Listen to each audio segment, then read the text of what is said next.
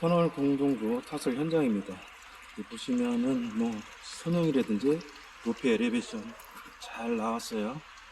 오늘은 이제 그 타설하기 위해서 세팅을 지금 한 상태입니다. 장비 가까이 가서 한번 보도록 하겠습니다. 자, 어제 타설하면서 좀 스토리가 좀 있었어요. 이 부분, 레이저로 지금 가리키는 이 부분까지 타설을 하고 이제 작업이 끝났다고 그래가지고 장비 들고 청소까지 다 하고 단부 처리까지 다 했어요. 마무리까지 다 했는데 덤프가 한 대가 갑자기 와가지고 이어 타설한 겁니다. 자, 이렇게 이어 타설을 하게 되면은 꼭 이렇게 흔적이 좀 남죠. 상처가. 지금 보신 분들은 와, 인자 레이저 봉까지 샀네, 또 이렇게 많이 발전했네, 이렇게 생각하실 것 같은데, 제가 이것을 산 이유가 좀 우리 그 관리자나 현장 안전관리자들이 좀 알아야 될 것 같아요. 이 지시봉 사용하는 방법에 대해서. 우리 이 지시봉은 어떤 지시를 할 때 아니면은 의사 표현을 할 때 서로 신호 체계를 갖추기 위해서 이렇게 지시봉을, 레이저봉을 사용하는데요. 근데 이런 거 가지고 다니는 사람은 상당히 좀 세련됐다고 하죠. 좀 나쁜 말로 하면 좀 까졌다, 이렇게 얘기도 하기도 하는데, 제가 이 지시봉에 대해서 뭘 말씀드리려고 하면은, 우리가 군대에서 빈총으로 사람을 겨누거나 사람을 쏘지 말라고 그러죠. 빈총 맞으면 3년간 재수없다고 그러죠. 이 레이저봉도 마찬가지입니다. 레이저봉은 특히 사람 얼굴, 특히 눈에 지시봉을 쓰게 되면은 눈에 실명할 수도 있어요. 그래서 이게 주의사항이 뭐냐면은, 지시봉이 사람 몸에 또는 얼굴에 쏘지 말라고 그렇게 해서, 특히 눈에. 저는 이것을 옛날에 한 25년 전에 제가 이걸 한번 사용했었어요. 그때 가격이 한 7,000원, 만원 이렇게 했었는데 요즘 싸더라고. 한 3,000원 정도 사더라고요. 근데 이것을 현장에서 관리자나 이런 사람들이 근로자들 얼굴에다 쏘는 경우가 있어요. 얼굴, 특히 눈. 그러면 안 됩니다.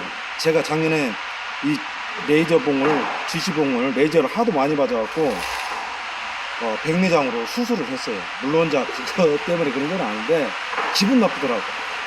제가 그래서 말씀을 드리는 겁니다. 사람 얼굴, 특히 눈, 사람 몸에다 쏘는 거 아닙니다. 이거 명심하세요. 그리고 제가 이걸 사가지고 그 이렇게 보니까, 안전주의 보니까 사람 몸에 비추지 말 것 이렇게 적혀 있더라고요. 주의해가지고. 근데 안전관리나 현장관리 이런 분들 좀 주의해 주시고, 아마 그런 내용을 못 보셨는지 모르겠어요. 글을 모르는 건 아닐 텐데. 자, 그럼 제가 그냥 여담으로 말씀드린 거고요. 그래서 제가 이걸 써가지고 이걸 사서 한번 보여드리는 겁니다. 자, 제가 오늘 이걸 말씀드리려고 하는 것이 아니라 지금 세팅을 한 상태입니다. 세팅을 한 상태인데 어떻게 자세히 잘 볼까요? 자세히 잘 보시면은, 좀 높이는 보지 마시고요. 이 선형입니다. 선형. 이게 보시면은 이게 마무리를 잘못해가지고 커팅기를 잘라냈네요. 이렇게 튀어나왔어요. 자, 지금 이렇게 보시면은 이 몰드가 어제 타설한 데에 비해가지고 약 한 2cm, 3cm가 안으로 들어갔어요. 2cm, 3cm가 안으로 들어갔습니다. 여기도 마찬가지고요. 이렇게 잘 보시면 2cm, 3cm 안으로 들어갔어요. 이게 이제 여기에 똑바로 세팅을 하게 되면은, 아니 그냥 전날 작업하고 그냥 후진해서 세팅하면 분명히 이렇게 들 겁니다. 이렇게 들 거예요. 이런 식으로. 근데 장비가 문제가 없을 경우, 예를 들어 가지고 몰드라든지 또는 트랙 정렬이라든지 이런 데가 아주 정확하게 잘 됐을 경우는 이렇게 딱 세팅을 할 수가 있어요. 그냥 자동으로 후진을 하게 되면은. 근데 몰드가 잘못됐거나 장비 트랙 정렬이 잘못됐거나 그럴 경우는 잘못되는 수가 아니라 이 세팅이 이쪽으로 벗어날 수가 있어요. 이쪽으로. 그러면 해가지고 타설하게 되면은, 타설하게 되면 바이브레다 액션, 밥을 채워야 할 거 아닙니까? 밥을 채우고 두드러 패고 해가지고 바이브레다 막 울리고 해가지고 밥을 채우면은, 이쪽에 보면 이 벽면에 압이 차면서 이 벽에 압이 차면서 이 압에 의해 가지고 몰드가 이렇게 밀립니다. 밀려요. 자, 그럼 세팅해가지고 아까 정확하게 세팅했는데 이렇게 밀리는 게 한 2cm, 3cm 밀려서 스타트를 하게 됩니다. 그래서 어떻게 되냐? 대부분 보면은 터널 공동구 타설하게 되면은 스타트를 다 깎아요. 깎아 튀어나와가지고 다 그 현상입니다. 그래서 이렇게 좀 안으로 들어가야 돼요. 압에 의해 가지고. 근데 주의할 점은 뭐냐면은 우리 타설하시는 분들, 오퍼 기사님들은 이 몰드 이게 이제 보면은 이제 몰드 부착판이라고 그래요. 이게 보면 이제 뭐 실린더라고 하는데 이게 실린더가 아니고 실린더는 여기 있어요. 지금 실린더 상처받지 않도록 우리 농업용 호스로 지금 감하는 거고 이것은 우리가 빔이라고 하는 거예요. 몰드 부착반 빔이라요. 우리가 보면 뭐 다이라고 그러죠. 그 다이는 일본 말입니다. 근데 요게 제가 아까 말씀드렸죠. 타설하면서 그 압에 의해 가지고 밀린다고. 그래서 어떻게 되냐면은 이 볼트를 꼭 조아줘야 돼. 이 볼트를 항상 조아줘야 됩니다. 타설할 적에 볼트를 안 조아주면은 이 빔이 밀려 들어갑니다. 나중에 타설해가지고 여기에 잘못하면 이 폭이 안 나오는 수가 있어요. 여기 뭐 여기는 GTX인데 이게 도로 폭도 아니고 포장 높이도 아닌데 고속도로 같은 경우는 이 기초가 포장 높이 도로 폭이 될 수가 있어요. 잘못하게 되면은 도로 폭이 안 나올 수가 있습니다. 심할 경우는 뭐 5cm 이상 10cm 정도 잘못하게 되면은 그럼 어떻게 되냐면 나중에 깨고 다시 시공하는 그런 불참사가 생겨요. 자, 이 몰드 제가 잠깐 설명을 이 몰드는 제가 두 번째 사용하는데 몰드가 뒤틀렸어요. 어느 정도 뒤틀렸냐? 자, 이렇게 보실까요? 자, 여기 쭉 한번 올라가 볼까요? 자, 제가 이 수평기를 이렇게 갖다 놨는데 여기 한번 보실까요? 저 앞에는 얼마나 이게 안 맞죠? 얘는 똑바릅니다.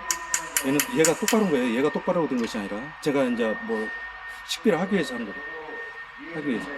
지금 이 몰드 부착반이 딱 일직선에 떼야 되는데 지금 사선이 된 거예요. 그러면 이게 뭐가 잘못됐냐? 이런 경우는 이 몰드 부착반 요게 잘못 제작이 될 수도 있고 그 다음에 몰드가 뒤틀릴 수가 있는 거죠. 근데 여기는 제가 전에 사용했던 몰드고요. 이번에 두 번째 사용하는 건데 몰드가 뒤틀린 겁니다. 그래서 어떻게 해야 되냐? 우리 몰드에 부착판이 여기 뒤에도 있어야 되고요. 뒤에도 있어야 되고 저 앞으로 가서요. 몰드 앞입니다. 좀 지저분해 보이는데요. 설명하는 데 지장이 없습니다. 이 부분에 같이 부착할 수 있도록 그렇게 우리가 이제 지금 여기 같은 경우는 우리가 보통 250 몰드라고 그래요. 이제 꼬마꼬 몰드 같은 경우는 여기서 한번 잡아주고 저 뒤에서 잡아주기 때문에 뒤틀림이 없는데 여기는 뒤틀렸어요. 이게 뒤틀리는 현상이 왜 생기냐면은 바닥을 깊이 파고 나갈 적에 또 여기 같은 경우는 이 기초가요. 공동구 기초가 우리가 보통 이 앞선에 한 5cm 아니면 10cm 정도 또 나와야 돼요. 몰드가 올라타서 쭉 가야 되는데 이렇게 보면 여기가 조금 선형이 삐딱삐딱 해가지고 경우에 따라서 어떻게 몰드가 이 선에서 서는 경우에 따라 벗어나는 경우가 있고요. 쭉 가지만은 기초를 잘못 쳐가지고 벗어나는 경우가 나중에 또 이 올라타야 돼. 또 튀어나온 데는 올라타야 하다 보니까 터가리가 걸려가지고 몰드가 뒤틀리는 경우가 있습니다. 그러면 선형도 틀어지고요. 몰드가 저렇게 찌그러지는 겁니다. 뒤틀리는 거죠. 특히 제가 말씀드렸어요. 연속 배수 시설이라든지 중앙 분리대 그런 경우는 기초에 잘못 걸려가지고 틀어지는 경우가 있어요. 제가 현장 타 현장에 가보니까 뭐 그분도 잘 하시는 대한민국의 나름 선수라고 하시는 분인데 그 사람 타설한 거 제가 중앙분리대 가보니까 누웠더라고. 중앙분리대 타설했는데 누웠어요. 그래놓고 이렇게 보니까 타설하다가 몰드 부착판이 터졌다는 거예요. 왜 이렇게 터갈에 걸려가지고 계속 하다 부하받아가 터지는 거예요. 이게 몰드가 중앙분리대 같은 경우는 눕습니다. 누워 선형이 틀어진다는 거죠. 트랙을 한번 보겠습니다. 자, 앞트랙. 앞트랙은 여기 바짝 붙었어요. 바짝 붙어가지고 있는데, 저 뒷트랙은 한번 볼까요? 안으로 들어왔죠, 트랙이. 잘 캐치를 하셨는가 모르겠어요. 안으로 들어왔죠. 이게 몰드가 붙잡고 뒤틀려 있다. 우리가 세팅해가지고 약간 앞과 뒤에 트랙이 일직선이 아니다 그러면은 몰드 붙잡방이 잘못되거나 몰드가 뒤틀렸거나 이렇게 생각하시면 돼요. 자, 장비 위로 올라왔는데요.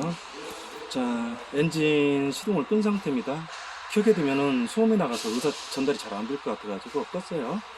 자, 여기 보시면 지금 여기 막대기는 얘는 무시하고요. 요겁니다. 자, 요거 설명하기 전에, 자, 우리가 시동 걸고, 이거 그레이드예요. 그레이드 높이. 이게 그레이드가 예를 들어가지고 지금 여기 눈금이 두 개 생겼어요.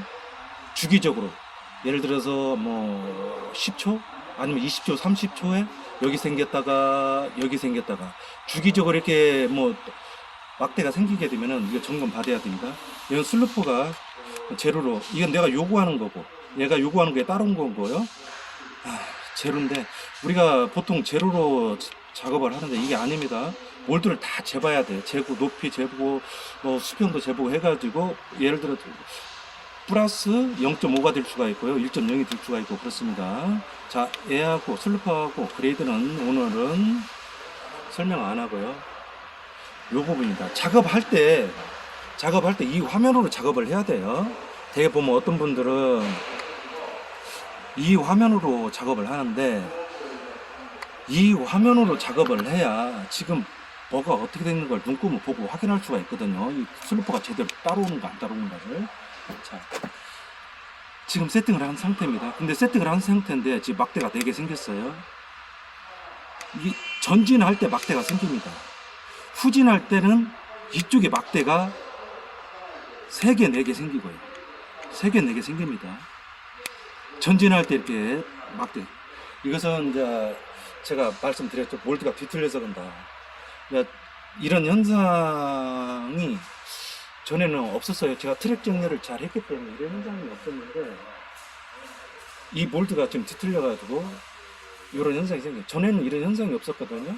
그래서 이제 전진할 때, 후진할 때 그냥 뭐 자동으로 들어갔는데 지금 말이 조금 자, 후진할 때는 여기에 막대가 생겨요. 여기에 막대가 3개, 4개. 여기도 마찬가지 3개, 4개 생겨요. 근데 전진할 때 여기에 3개, 4개 생긴단 말이에요. 그러면은 우리가 세팅할 때 우리가 뭐 처음 탓을 할 때 송토보 다이거나 에론이라든지 처음 탓을 할 때는 뒤로 많이 후진을 해가지고 전진해갖고 탓을 지점에 요게 막대가 이쪽에 생기도록 하면 상관이 없어요. 자, 이해를 하셨나 모르겠어요. 방호벽도 마찬가지고. 근데 부처 탓을 할 적에는 뭐 저 멀리까지 후진을 할 수가 없잖아요. 이어 탓을 해야 되기 때문에. 그러면 후진을 하게 자동 놓고 후진하게 되면 이쪽에 막대가 생겨요. 이쪽에 막대가 생겨가지고 이쪽에 막대가 생긴단 말이에요. 그러면은 이제 뭐 자동 놓고 아까 제가 말씀을 드렸죠. 몰드를 보면서 몰드가 밀린다고. 그러면은 여기에 가지고 밀려가지고 배가 부른 상태에서 전진하면서 이쪽에 막대가 생기면서 자리를 잡아요, 장비가.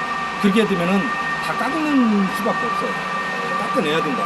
그래서 어떻게 하냐, 후진할 때 수동으로 후진하는 거죠. 전진할 때 이쪽에 막대가 생겼으니까 후진으로 수동으로 후진해가지고 이 막대가 생길 수 있도록 그렇게 후진해서 해야 됩니다. 그렇지 않으면은 다 깎아가지고 선을 맞춰야 됩니다. 자, 그럼 방호벽 타설할 때 이렇게 뭐 반대로 막대가 생기면 장비가 방향이 뒤틀리면서 무너지는 수가 있습니다. 자, 트랙을 보시면 트랙이 지금 수동으로 들어와가지고 트랙이 약간 삐딱해요. 자, 삐딱한 거 누가는 보이실지 모르겠는데, 자, 앞에 한번 볼까요? 앞에. 자, 트랙이 누가는 잘 안 나타나는데 지금 삐딱하게 지금 들어온 겁니다. 자, 정면으로는 보니까 좀 눈에 확 들어오는데 삐딱하게 이게 수동으로 들어간 겁니다. 그리고 이제 타설할 때, 작업을 할 때는 자동 놓고 전진하면 되는 거예요. 자, 덤프가 지금 콘크리트를 싣고 오고 있습니다. 네, 작업을 해야겠어요. 오늘 또 안전하게 열심히 작업하도록 하겠습니다.